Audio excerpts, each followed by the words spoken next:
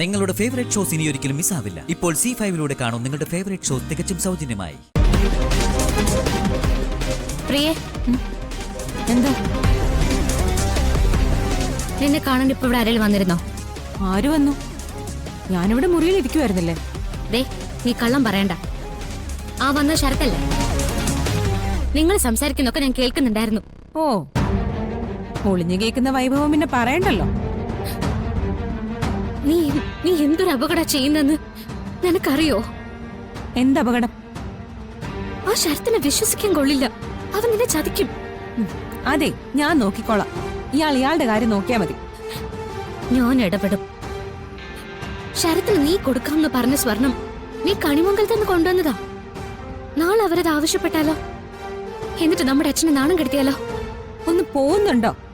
മനുഷ്യനൊന്ന് രക്ഷപ്പെടാനും സമ്മതിക്കില്ല. പ്രിയേ, ശരത്തിന്റെ ശരിയായ മുഖം നീ കണ്ടിട്ടില്ല. നീ ഇങ്ങോട്ട് കയറി പോകുന്ന ശേഷം അവിടെ എന്ത് സംഭവിച്ചെന്ന് നിനക്കറിയോ? എന്ത് സംഭവിച്ചു? ശരത്ത് അവന്റെ ഏതോ ഒരു കൂട്ടുകാരനെ വിളിച്ചിട്ട് നിന്റെ കയ്യില് പണമുണ്ട്, അത് വെച്ച് അവർക്ക് എന്തോ ഒരു പ്ലാനിങ് ഉണ്ട്, അത് നടത്തണമെന്നൊക്കെ പറഞ്ഞു. ദേ, അവൻ വിശ്വസിക്കാൻ കൊള്ളാവുന്നവനല്ല. എത്രയോ കാലം മുന്നേ ഞാൻ നിന്നോട് ഇതൊക്കെ പറഞ്ഞതാ. എന്താ കഴിഞ്ഞോ? ഞാനേ ഇതെല്ലാം വിശ്വസിക്കാം. കാരണം പറയുന്നത് ഏറ്റവും സത്യസന്ധയല്ലേ. ചേച്ചിയുടെ പ്രശ്നമേ ഞാൻ രക്ഷപ്പെട്ടു പോയാലോ എന്ന് അസൂയ. എനിക്കെങ്ങനെ നിന്നോട് അസൂയ? എനിക്ക് തന്തേന്നുള്ള ഉള്ളതുകൊണ്ട്. ഞാൻ വായിച്ചിട്ടുണ്ട് ഈ അനാഥ പിള്ളേരുടെ കോംപ്ലക്സ്.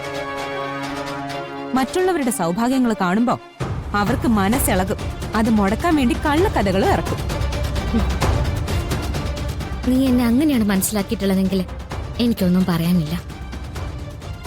പക്ഷെ നീ ഒരു കാര്യം ഓർത്തോ, കണിമംഗലത്തുകാരെ ചതിച്ച് നമ്മുടെ അച്ഛനെ ചതിച്ച് നീ ഈ ആഭരണങ്ങൾ ആർക്കും കൊടുക്കില്ല.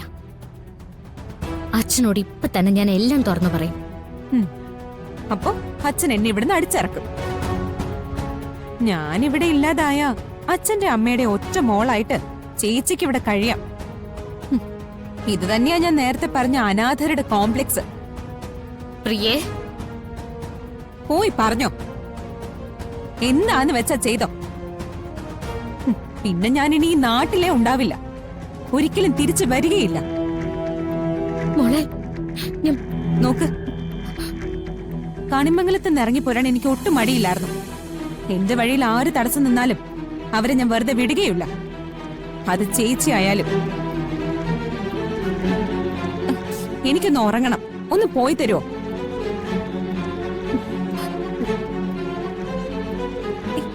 ഒന്ന് പോ.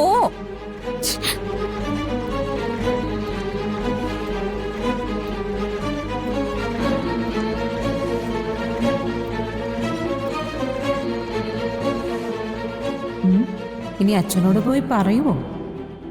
പറഞ്ഞ പിന്നെ അവളെ ഉണ്ടാവില്ല.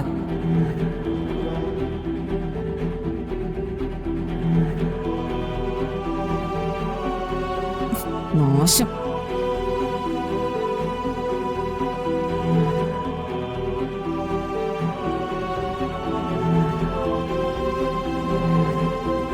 ഡൗൺലോഡ് ചെയ്യൂ C5 ആപ്പ്. കാണൂ എല്ലാ എപ്പിസോഡുകളും സൗജന്യമായി.